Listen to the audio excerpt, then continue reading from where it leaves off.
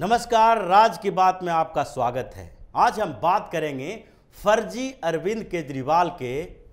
भ्रष्ट मंत्री सत्येंद्र जैन की। बात करेंगे सत्येंद्र जैन के उस फर्जीवाड़े की जिसके कारण वो दिल्ली के अस्पतालों का गलत इस्तेमाल कर रहे हैं और ईडी ने उनके इस फर्जीवाड़े का खुलासा कर दिया है। हाई कोर्ट के सामने जो सबूत रखे गए हैं वो सिर्फ सत्येंद्र जैन के लिए नहीं है बल्कि ऐसे सारे नेताओं के लिए हैं जो कि बहाना बनाते हैं बीमारी का, और जब भी उन्हें गिरफ्तार किया जाता है, जेल में रखा जाता है, तो बीमारी का बहाना बनाकर वो हॉस्पिटल की शरण में चले जाते हैं और डॉक्टर के साथ साठगांठ करके, हॉस्पिटल के साथ साठगांठ करके वो लंबे समय तक जेल की सलाखों से बचते हैं और हॉस्पिटल में ऐशो आराम से रहते हैं। जिस तरीके के सबूत ईडी के अधिकारियों ने दिल्ली हाई कोर्ट के सामने रखे हैं वो चौंकाने वाले हैं। उससे ये साबित होता है कि सत्येंद्र जैन, अरविंद केजरीवाल कितने फर्जी हैं और फर्जी तरीके से इन लोगों ने दिल्ली को भी लूटा, दिल्ली के स्वास्थ्य विभाग को भी लूटा और सरकार और सरकारी एजेंसियों के आंखों में धूल झोंकने की कोशिश में लगे हुए हैं। तो सत्येंद्र जैन को 30 मई को गिरफ्तार किया गया था। उनसे पूछताछ की गई और पूछताछ के बाद उनकी गिरफ्तारी हुई। ईडी ने कोर्ट में कई सबूत दिए और फिर उनकी हिरासत की अवधि बढ़ती रही और अभी वो ईडी के हिरासत में ही हैं, लेकिन 15 जुलाई के बाद से उन्हें हॉस्पिटल में भर्ती कराया गया है। अब ईडी ने ट्रायल कोर्ट के सामने सत्येंद्र जैन के मनी लॉन्ड्रिंग के मामले में चार्जशीट दायर कर दी है। इस चार्जशीट में कई बड़े खुलासे किए गए हैं और उसमें बताया गया है कि सत्येंद्र जैन ने कैसे शेल कंपनियों के माध्यम से फर्जीवाड़ा किया, उन्होंने किस तरीके से टैक्स बचाने के लिए हवाला कारोबार का इस्तेमाल किया और हवाला के माध्यम से अपने पैसे को बचाया। ईडी ने सत्येंद्र जैन के ठिकानों पर फिर से छापेमारी की और उस छापेमारी में 2 करोड़ 80 लाख रुपए कैश बरामद किए गए और 80 लाख से ज्यादा का सोना भी बरामद किया गया। साथ ही कई दस्तावेज मिले जिससे पता चला कि सत्येंद्र जैन कुछ दूसरे कारोबारियों के साथ मिलकर फर्जी कंपनियां चलाते हैं। शेल कंपनियों के माध्यम से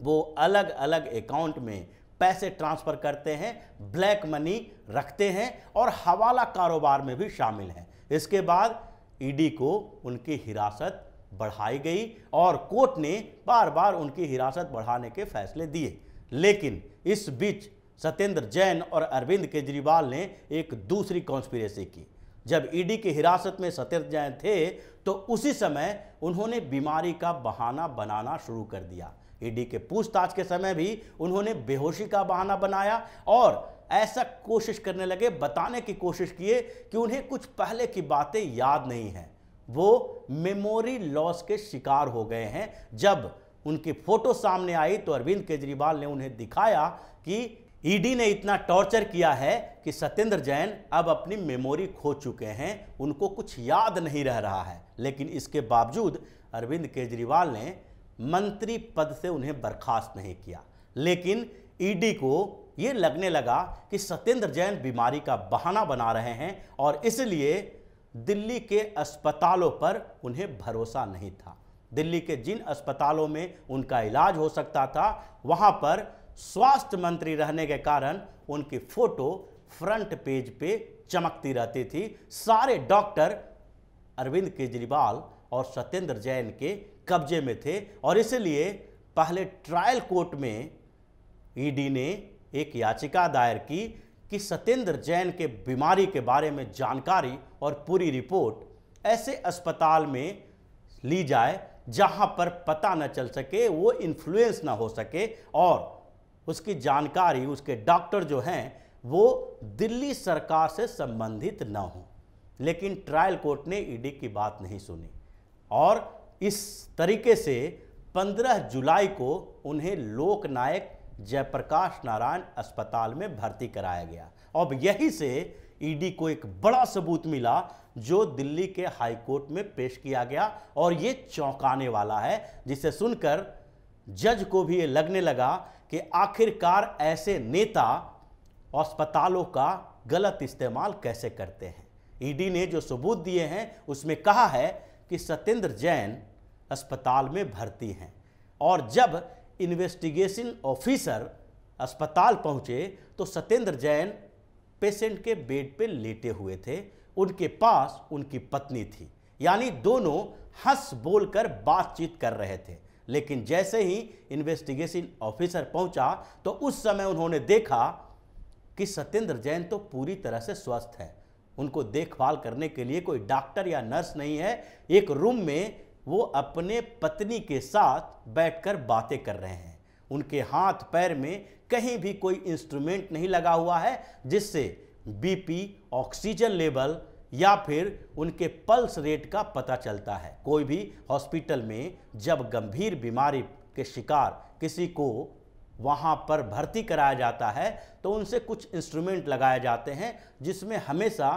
पल्स रेट दिखाया जाता है, बीपी का लेवल दिखाया जाता है और ऑक्सीजन का लेवल दिखाया जाता है कि सब कुछ ठीक चल रहा है कि नहीं, लेकिन सारे ऑफ थे। इसके अलावा ऑक्सीजन मास्क भी लगा हुआ नहीं था सत्येंद्र जैन के नाक मुंह पे। लेकिन जैसे ही इन्वेस्टिगेशन ऑफिसर वहां पहुंचे सत्येंद्र जैन घबरा गए और उन्होंने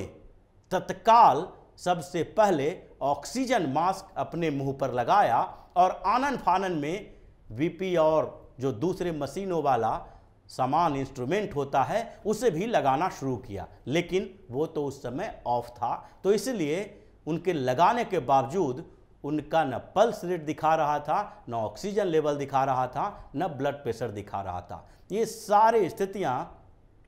इन्वेस्टिगेशन ऑफिसर को पता चल गई और इस सबूत के साथ ईडी ने हाई कोर्ट में याचिका दायर करके बताया कि सत्येंद्र जैन बीमारी का बहाना बना रहे हैं और अरविंद केजरीवाल की पूरी सरकार उनके साथ मिलकर बैठी हुई है, उन्हें मंत्री बनाए हुए है और दिल्ली के अस्पतालों में सही रिपोर्ट सामने नहीं आ रहा है। इसलिए इनके जो बीमारी के रिपोर्ट हैं, मेडिकल रिपोर्ट हैं, वो या तो कोई स्वतंत्र हॉस्पिटल से जो दिल्ली सरकार से स्वतंत्र हो उससे कराई जाए। और ईडी के अधिकारियों ने एक प्रपोजल भी भेजा है जिसमें कहा गया है कि दिल्ली में राम मनोहर लोहिया जैसे अस्पताल हैं, सफदरजंग हैं और साथ ही एम्स भी है। अगर इन जगहों में से कहीं भी मेडिकल रिपोर्ट बनाए और बताए कि सत्येंद्र जैन को गंभीर बीमारी है जिसके कारण वो जेल में नहीं रह सकते हैं तो ईडी को कोई समस्या नहीं है। ये वही मसला है जिस तरीके से पश्चिम बंगाल में जब पार्थ चटर्जी को ईडी की टीम ने गिरफ्तार किया तो उस समय वो कोलकाता के अस्पताल में भर्ती हो गए। उन्हें लगने लगा कि अब ईडी लंबे समय तक पूछताछ करेगी, उनका इस्तेमाल करेगी, पूछताछ करने के साथ कई राज खोले जा सकते हैं, तो उन्होंने बीमारी का बहाना बना लिया। लेकिन अब ईडी ज़्यादा एक्टिव हो गई है, इसलिए ईडी ने तत्काल हाई कोर्ट, जो कोलकाता हाई कोर्ट है, कलकत्ता हाई कोर्ट को तत्काल बताया कि ऐसी स्थिति में इनको किसी दूसरे राज्य के हॉस्पिटल में भर्ती करा के वहां से मेडिकल रिपोर्ट लेनी चाहिए और हाई कोर्ट ने ईडी को अनुमति दे दी, जिसके बाद उड़ीसा के एम्स में उनका रिपोर्ट बना और अब वो पूरी तरह से स्वस्थ पाए गए। सबसे बड़ी समस्या नेताओं के साथ यही है और ये उनके गुनाहों का छुपाने का तरीका है। अब इससे देखा जा सकता है कि अरविंद केजरीवाल ने जो पहले झूठ बोले थे सत्येंद्र जैन की बीमारी को लेकर, सत्येंद्र जैन को लेकर, उसका भी पर्दाफाश हो गया है और दिल्ली सरकार के उन सारे फर्जीवाड़ों को अब सत्येंद्र जैन के माध्यम से जो ईडी की टीम उगलवाने वाली है उसके भी रास्ते साफ हो गए हैं। दिल्ली हाईकोर्ट में ये चौंकाने वाले सबूत ईडी की टीम ने दी है और अब अरविंद केजरीवाल का झूठ सामने आया है, जिसके बाद सत्येंद्र जैन की मुश्किलें तो बढ़ेगी ही और साथ ही अरविंद केजरीवाल की मुश्किल भी बढ़ने वाली है, क्योंकि अरविंद केजरीवाल बार बार सत्येंद्र जैन को डिफेंड कर रहे हैं, उन्हें कट्टर ईमानदार बता रहे हैं। ऐसे केजरीवाल के जिस भी मंत्री या नेता के ऊपर मामला दर्ज होता है वो अचानक से ईमानदार हो जाता है, चाहे मनीष सिसोदिया हो या सत्येंद्र जैन हो। जैसे ही मनीष सिसोदिया के खिलाफ मामला दर्ज होने की बात सामने आई, सीबीआई की जांच की बात मान ली गई, एलजी ने हरी झंडी दिखा दी सीबीआई को कि दिल्ली सरकार के एक्साइज पॉलिसी पर अब इन्वेस्टिगेशन होना चाहिए, जांच होनी चाहिए। तो उसी समय अरविंद केजरीवाल की पूरी टीम मनीष सिसोदिया के कामों की सराहना में जुट गया। उनके स्कूल के सुधार में किए गए काम की बात की जाने लगी और उन्हें कट्टर ईमानदार, कट्टर देशभक्त घोषित किया जाने लगा। जबकि सबको पता है कि मनीष सिसोदिया ने जब अपने कैरियर की शुरुआत की थी और उसके बाद जब इन्होंने एनजीओ शुरू किया था जिसमें अरविंद केजरीवाल भी थे, तो फोर्ड फाउंडेशन से जो पैसे मिले थे उसके घपले घोटाले के सबूत अभी भी सामने हैं, उसकी जांच होना बाकी है और इसलिए कट्टर ईमानदार सिसोदिया पर भी गिरफ्तारी की तलवार लटक रही है। तो अरविंद केजरीवाल के पूरे फर्जीवाड़े की पोल अभी खुलने वाली है, लेकिन इस खुलासे से केजरीवाल के झूठ की पोल तो खुल ही गई है। तो इसी तरह की खबरों के साथ फिर से हाजिर होंगे, तब तक के लिए बने रहिए हमारे साथ और देते रहिए हमें सहयोग, ताकि इसी तरह की खबर हम आपके लिए लाते रहें। धन्यवाद।